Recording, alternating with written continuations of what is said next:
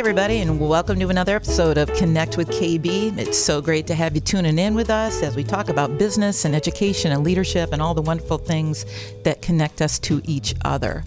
My guest today was part of the Flourish of activity to help businesses stay afloat during the pandemic. He has always committed himself to being there for his customers and prides himself on the loyalty they show on giving him repeat business. I want to welcome to the podcast my good friend, Mark Conn, Vice President of Commercial Lending at Mercantile Bank. Welcome, Mark.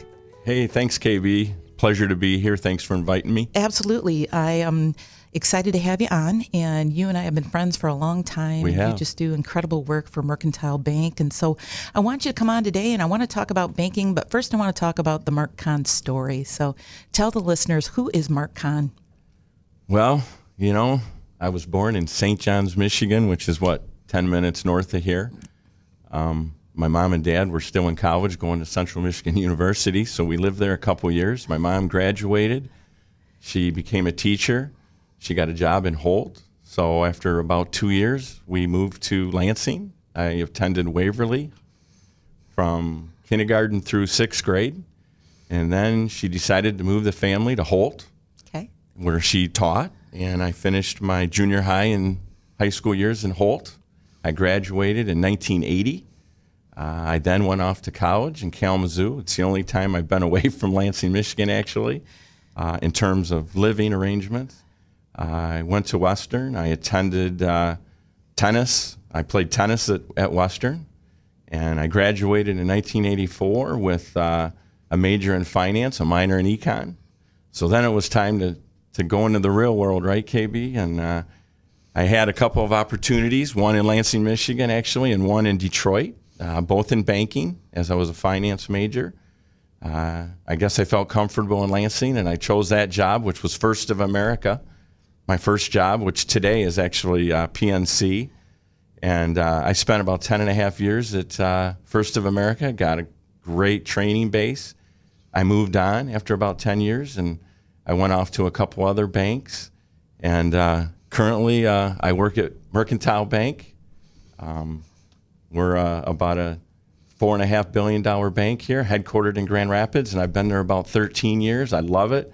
And I've had about a 35-plus banking career so far, and it's worked out great. Well, I know that you have had some great success. You've got a great team at Mercantile. Let's talk a little bit about commercial lending and really kind of how things probably have changed a little bit during the pandemic. Obviously, we talk a lot about this on the podcast and just about the experiences people had. But I know that Mercantile, obviously helped over probably 3,000 businesses with the PPP. And how did that whole process go?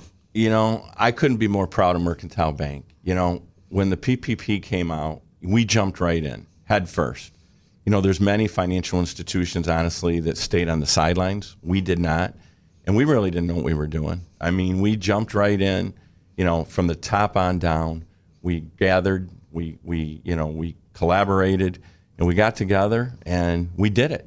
And you're right. We helped over 3,000 small business, medium business, large business customers. And, it's kind of funny. We're just sort of winding down the forgiveness stage of the PP1. And then there was PP2 that came out as well. And, I think we did about half. We did about 1,500 PPP2 loans to help small businesses in our communities that we serve. And, we couldn't be more proud. Well, I can remember, when things were really shutting down and people were staying at home. We were still trying to figure out what this was going to look like, how long it was going to be. And I can remember you run into the office. You would, get all masked up and you just felt compelled that your customers needed you and you were working hard, maybe more so during that time. It wasn't just me. It was our entire team, the entire Lansing team, the entire Mercantile Bank team. But like I said, we committed ourselves to helping our customers, and we did. And I think you could, around town, you would talk to people, you would talk to customers, and they would tell you that Mercantile Bank helped them. In fact, I had several customers call me and say, my bank can't help me. Can you help me? And we did, whether they were a customer or not. But we felt that it was important to help small business, and we did. How is that kind of playing out now that we've gotten into the forgiveness and a lot of people have gone through that? How is it that people are they getting kind of back to normal in regards to spending or buying, or are they borrowing? Yeah. Or are people really kind of still a little gun shy and skittish on where the economy is going to be? Well, it's kind of interesting. I went through a lot of the customers that I help personally, and I talked to some of my other teammates, and they said the same thing. If you look at it on a 1 to 10 scale, about 7 out of 10 customers their revenues were way down.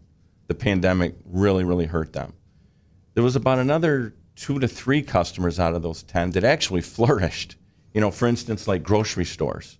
I mean, obviously people needed to go to the grocery store. Restaurants were closed, so people went to grocery stores. Grocery stores had record years, best years in their history. And there were other industries like that as well. And then you kind of had this in between, these 30-40% that, they sort of kind of held their own. So, what's happened now is those 70% that were really down, now that they're back and operating, they're just sort of, kind of treading water because they're having a difficult time hiring people. So they've had to sort of, tighten their belts up a little bit because their operating expenses are, they need to reduce them because the revenues haven't quite come back because they can't serve their customers because they don't have the people to do it. So it's kind of across the board. And the other 20 or 25% that really, really did well, they're starting to come back to more normalized levels, like 2019 levels prior to 2020, because people are now able to go out and go to restaurants. So, grocery stores aren't quite as busy as they were.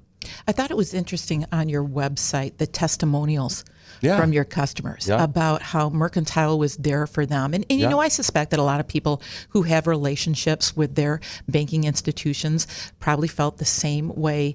But it was testimonial after testimonial after testimonial about people saying, I don't know what I would have done if I could not have relied on Mercantile to point me in the right direction. Right. And I'm hoping for you guys that those people that you helped that were not customers maybe will become customers going forward because of the relationship and the commitment that you've given to them. It's a very interesting point. We've had a pretty good success rate. I think about 1 in 2 that we helped that were a non-bank customer have now moved their business to Mercantile. So we're really happy about that. Let's talk a little bit about the Supplier Diversity Program that you have too. I think that, as we talk more in our communities about diversity, equity, and inclusion, and how important that is, I admire that you have this Supplier Diversity Program. Let's talk a little bit about that. Tell the listeners what that's all about. Well, first of all, we are really, really committed to diversity,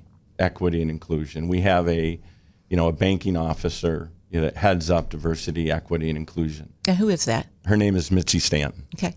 She does a great job. Hopefully you have a chance to meet her sometime. I'd like that. She's actually in Grand Rapids. She does a great job. The program that you're talking about, the Supplier Diversity Program, is actually overseen by our Chief Operating Officer, and she also supports it as well. And really what it is it's a program that's committed to utilizing and fairly considering diversity suppliers that are competitive, that produce products and goods that we need, that sort of meet our goals. And we reach out daily to try and bring in these diverse suppliers to help us. And we feel that it's our responsibility, and it just helps the entire community. We also feel that it's a benefit to the diversity supplier to be able to grow their business as well, which makes them have more of an impact on the community. So it's been super successful, and we hold ourselves accountable to that program as well. So are these current customers of yours that are doing this? And if people had an interest in doing that, do they need to become a customer of the bank to be able to go through the program? Many of them are, but they don't have to be. Okay. No, they have to qualify though, and they have to get certified as a minority-owned business, which is it has to be at least one minority has to own 51% of the business. It could be a minority or it could be a non-minority woman. Has to own 51% of the business. Okay, veterans included in that as well? Veterans are actually included. Yes, veterans are included as well. Great. Well, you know what? Let's talk a little bit also about the types of transactions that you're working on right now. And you've had, I said it in the intro, a lot of repeat business over the years with you, and really kind of share what's going on out there in the community. Are we getting new projects? Is there a lot of economic development happening that you guys are supporting? Well, we're trying to do our best. You know what I mean? We're trying to do our best. We currently have about $20 to $25 million that we're working on in terms of pipeline business or business that we're trying to finance. That's comprised of real estate transactions, also commercial and industrial transactions. That's not just me that's working on that. That would be the entire Lansing team that's working on that $20 to $25 million. But we're doing our part. A couple of examples. We're working on a new Culver's location that will be located in DeWitt. I'll mention that. We're also working on a new mixed-use project in the Hazlet East Lansing area that will probably be about a 3 to 4 year project. That's going to be comprised of multifamily, commercial, and retail units as well. I think all of the $20 to $25 million that we're working on currently will benefit the community greatly. How do you guys get out into the community to build the relationships? I know that you guys are big chamber people. You love the chamber We're events. looking forward to the Economic Club luncheons that will begin in September. You bet, in person, finally. How do you get out and network, and how do you kind of build your pipeline? Well, it has been a little bit more difficult over the last year and a half because of the pandemic. We've had to get creative, a lot more. Probably like you, we've been doing a lot more Zooming and a lot more conference calls. We haven't been able to meet in person until recently, and we're starting to do that more. But it's taught us a lot, too. We've learned to do our business as a result of this in many, many different ways. In fact, closing loans. In fact, I wish I would have bought stock in DocuSign because DocuSign now is here to stay. I mean, we're going to be closing many of our loans through DocuSign. Some customers would still rather meet in person, but we haven't been able to do that. And now many of our customers would just as soon close through DocuSign. So we've had to get creative in terms of, building those relationships, but we're finding ways. How do you see the banking industry changing now over the next couple of years? And especially, when we obviously don't know what's going to happen. We didn't understand or expect that the pandemic was going to happen. And so everybody has to obviously, figure out that new way of doing business. But are there technologies and things that are changing all the time that you kind of see changing the way that you work and to a benefit of your customers as well? Well, the one I just mentioned, DocuSign, honestly, a way to close loans. I mean, we do it via the computer now. We send it the docs via email, and they sign, and we close. It's a lot more efficient. It takes a lot less time. But you're absolutely right. I mean, the one thing I'll say about that will never change in banking is it's always built on a relationship. Relationships are the key. And that's one of the things that I've greatly, I'm proud of, is that I feel like I've built a lot of relationships. Those customers have supported me through thick and thin, including the pandemic. Where banking I see changing would be the delivery system of products and services, which is via upgrade in technology. But you still have to have that base, that relationship with the customer. That's how you secure business, and that's how you retain business, is having a sound relationship with your customer and your prospects that you're trying to bring into the bank. No question about that. But technology is always changing. We have to change with it, and it changes the way that you deliver those products and services. How long do you see yourself staying in the industry? And, you said at the beginning about a 30-year career. Are there aspirations? Do you have aspirations to do other things? That's a great question, KB. And as I get long in the tooth, I ask myself that a lot. Actually, my wife just retired from 31 years in teaching. So we're having that conversation more and more now. And, I enjoy what I do. I don't think the end's near, but I think I'll be at it a while longer. We'll see. I love what I'm doing right now. I love to help people. I love to help the businesses. I love to see them what they can do with, it's a partnership. what I do is nothing more than a partnership. Well, and I've seen you out and about in the community and talking to people, and you're so genuine and sincere about it. And I would be remiss if I didn't say we should talk about your wife, Sherry Conn, for just a second. Sure. And she was Teacher of the Year in Lansing a couple of years ago, and I've never met anybody who was more destined for their profession than your wife. And so she has earned this opportunity to retire and kind of go in a different direction and find that next chapter. Tell me a little bit about the best thing about working and living in Lansing. You've been here a long time. I have. What do you like about the community the best? There's a lot of things I really love about Lansing. Number one, which I think is underrated, is our location. We're an hour from Grand Rapids in the west side of the state, beautiful Lake Michigan. We're an hour from Detroit, that is a city that continues to get better, and with all the, the Tigers and the Lions, and so be it. And we're 2 hours plus from northern Michigan, which is beautiful. So I think the location, the central location that we have in the state is great. It's the capital city. And one of the things that I think also we forget about is we're the home of a big, outstanding Big Ten university. Without question. And I love that. I mean, it has brought so much joy to me and my family and friends' lives. I can't even tell you about it. And, and most of all, I'm so thankful for the people that I've met here that have helped strengthen me and my career. I can't thank them enough. Well, Mark, you know what? You are so good at your job. And I appreciate not only your friendship, but the great work that you do for Mercantile Bank. Thanks so much for coming on with me today. Thank you. I appreciate it, KB.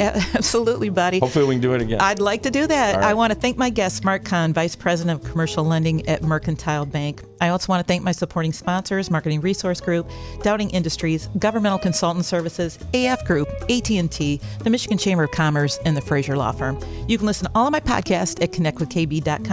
Until we connect again, go live your best life. I'm your host, Kristin Belzer.